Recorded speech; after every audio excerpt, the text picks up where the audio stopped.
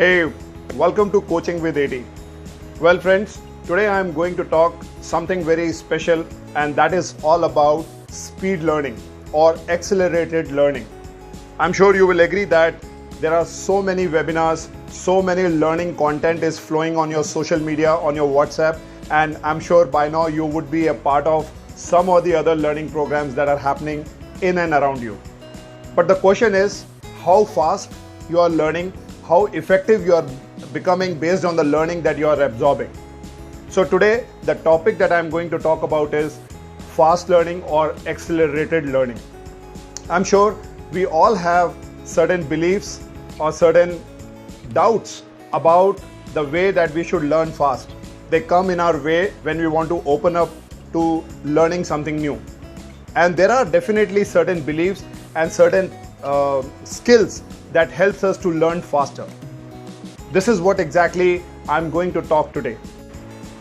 So think about a plant, whether it is in your office, whether it is in your house, or whether it is in your garden. And imagine that if that plant is not shaping up well or growing as it is supposed to be, what do? You generally take it out, give it the right nourishment, the right kind of light and the right amount of water. And what happens after that? The plants start flourishing again. Exactly, this is what I want you to learn from this accelerated learning session that I'm going to take forward, is that in spite of your best efforts, if you are struggling to learn certain things faster and you are not able to reach to that level, if you are given the right methodology, if you are given the right way to do it, you can accelerate your learning, and then simultaneously you can apply a lot. So if you want to understand what is speed learning or accelerated learning, we have to go to our childhood stage. In that stage, when as a child your mind and body coordination happens so fast and so well that you learn things on its own. How did we do that?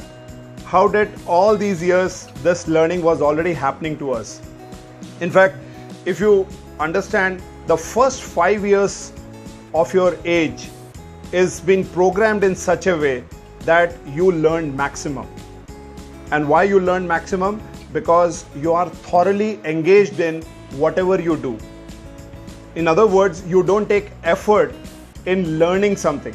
You are just going with the flow, with all your senses, with all your belief, and you just get into it 100%. And the learning happens. It is not like adults who think about what will happen tomorrow, what has already happened in the past. So if you really want to get into accelerated learning or fast learning, you need to go into the child stage. And I will take you through some of the steps that will help you to align those speed learning steps that you can imbibe even now also. So another important aspect of child learning is that when we are little, the world is new to us. We are very curious, and learning happens basis on whatever we get to know from the other side. In fact, at that time we do not know what is important, what is less important, or something which is very important. We just take it as it is. And as a child, we are rewarded many times, which encourages us to learn more. And precisely, this is why one of the very important thing in the child learning and speed learning is your motivation towards that particular aspect of learning. You are motivated towards it. So let's see further that how speed learning can be made possible even at this age. The first step is when the learner is remain focused on here and now. If you have observed very closely children's playing in the market or in the garden, you would have realized that they are completely into what they are doing. They just enjoy whatever they are into. They don't think about what has happened yesterday, what is going to happen tomorrow. They remain 100% present in what they are doing. And that is how they not only enjoy what they do, but they also create a lot of impact in whatever they are doing. But as adults, what do? We get into our past, we get into our future, and then we get distracted and our learning goes for a toss. So the first step is that the learner has to remain focused in the here and now of what you are learning at this moment. Now we move into step number 3. Step number 3 is all senses are involved in the learning. So when you look at the kids or children, how do they learn? They bring all their senses together. In other words, they don't take effort in what they are learning or what they should learn. They bring all their senses and the learning happens. Now, what are these senses? There are generally 3 kinds of senses. One is we call it as visual, 2 is what we call it as auditory, and the third is we call it as kinesthetic, which is action. So let's say you are attending a session right now, and if you are a person who believes in visual, you can learn these things from imagining those situations or those scenes in your mind that will help you to retain that. Or if you are a person who is into auditory, you can open some music, something which gives you soothing effect while you are taking the session. Or if you are a person who believes in action, you can just create certain models, certain charts, certain graphs or certain diagrams that can help you to retain the learning that you have got. And that's how you bring all your senses together and your learning becomes sharper and faster and faster. Now we move into step number 4. Step number 4 is that the learner's effort are frequently rewarded and praised.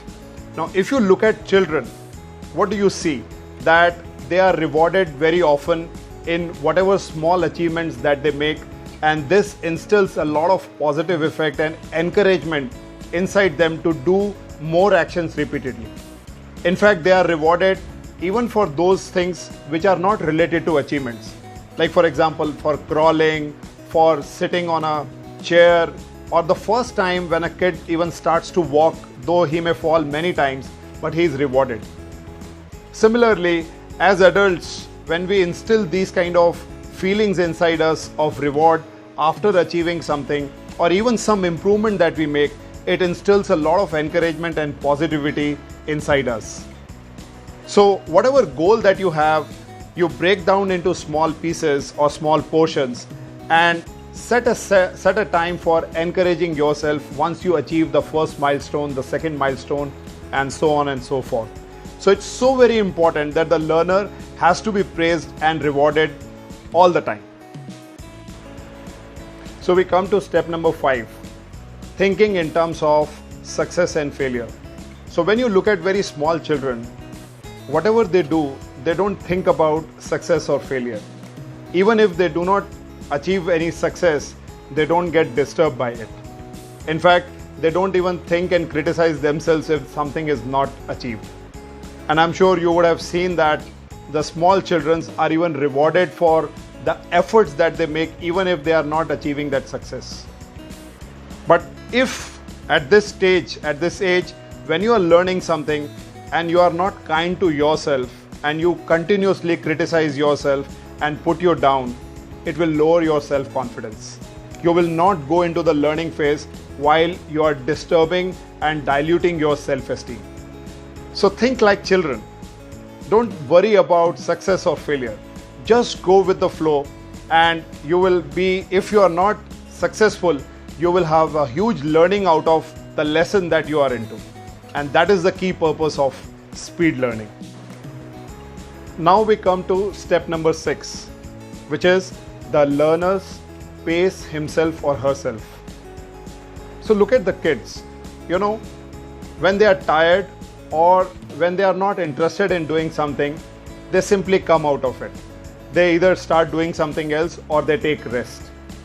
They don't push themselves too hard to do it more and more and drag their energies out.